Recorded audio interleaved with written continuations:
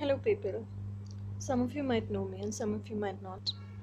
If you know me, thank you for knowing me. If you don't know me, fair enough, good enough. It's not important to know me. It's more important is to know what you're living, how you're living, what life is. And I'm not here to talk anything about it. I'm not here to give you that gyan on how your life should be. I believe each person has a unique way of living his life or her life. But I'm talking about many people I meet. My profession makes me meet a lot of people on a day-to-day basis. And the more I meet people, the more I know how many people are going through pain and suffering. And when we talk about pain and suffering, we talk with a lot of intensity. When I talk about the pain I went through, I'd be very happy to talk about it. And I'd be very happy to talk about all the pains that I've been through in this lifetime, and to the extent that I may go for a past life regression therapy to understand what all pains I went through in my previous life and what all pains I'm carrying right now. Because pain inevitably becomes the most important area of your life. You're addicted to it. You're addicted to pain, whether you believe it or not. When you talk about pain in your life or the episodes in your life where you had to go through challenges, you would think that it's the most glorious part of your life. It brings you glory because once you could overcome that, you were able to live your life in a much better way. It was like a challenge in your life, and people who love challenges attract them more, and then people who love pain attract them more, people who love sufferings attract them more. But then there would be people who would ask me, I love money, but why don't I attract them more? The reason why you don't attract it more is because you love pain more than you love money, you love suffering more than you love money, you love challenges more than you love money, you love sufferings more than you love your growth. And that is why whatever you love the most, you get it. Why? Because there is a lot of greatness attached to it. There's a lot of greatness attached to sufferings. Until unless you feel great about your achievements. Some people actually achieve a lot in life, and there are some people who believe their achievements are challenge or overcoming challenges. Their beliefs are overcoming pain and suffering in their lives, and that is what keeps them going. But that is not the whole case.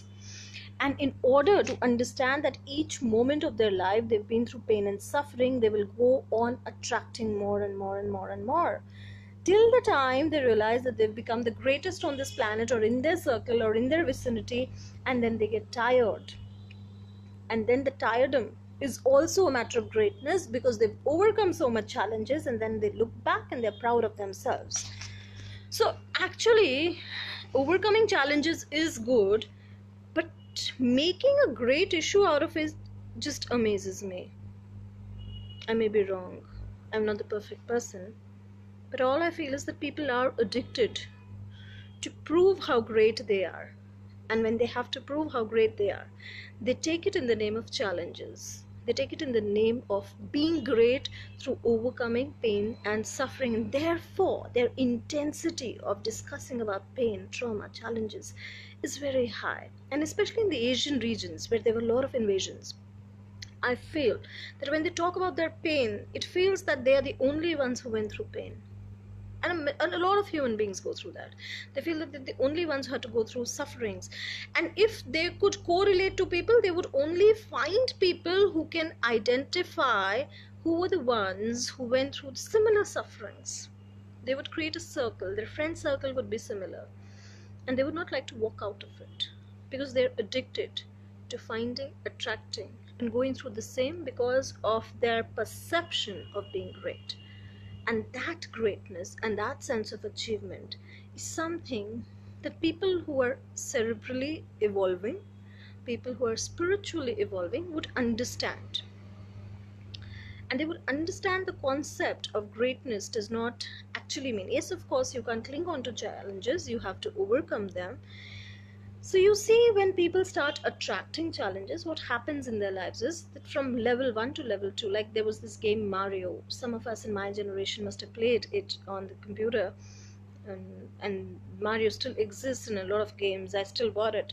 So those who have this attraction towards challenges, the life is like the Mario. You know, when there's this level 1, you just jump and jump and jump, and you overcome minor obstacles. Then you break those minor obstacles, you gain a little power. That power is obtained after you hit the obstacle. So you feel a sense of greatness there. Then you attract some coins because you have to get wealthy. It's a part of life, and wealth attracts wealth. And then you go to level 2. Then you diminish your power because you can't overcome everything with that power. Then you have to overcome more challenges, go through a rough ride, bump yourself more and get more power, and then do it again. So life becomes quite similar to that, you see. So that game is a very thoughtful game.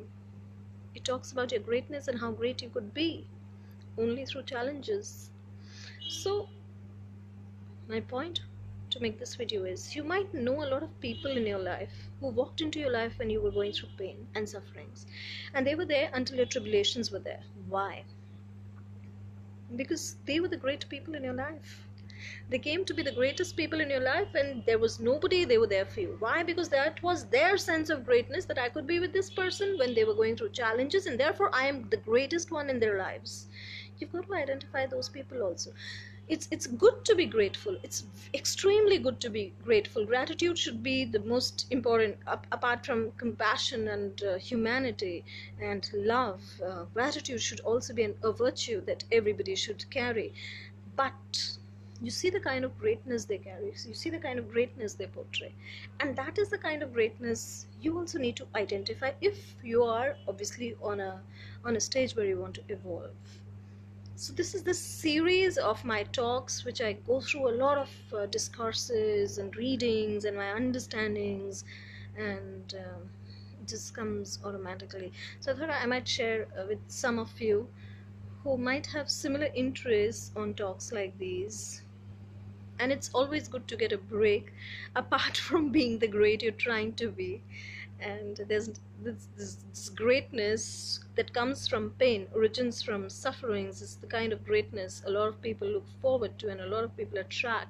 So are you the one who's attracting this kind of greatness in your life? You got to be watchful of your thoughts.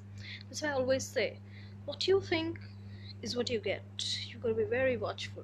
So if you're taking pride in your pain, there are many things that you could take pride on. Think about it. So the series I'm starting is on my YouTube channel, which is Shruti Dwivedi. If you Google me, you'll get it. You'll get the links to my YouTube, thankfully. I'm also on Facebook and on Instagram and on Twitter. My Twitter handle is official Shruti. My Instagram handle is Shruti Dwivedi official. Facebook, I have 2 pages. I have no idea how they got created, but they've been both up and running. So you could follow me there.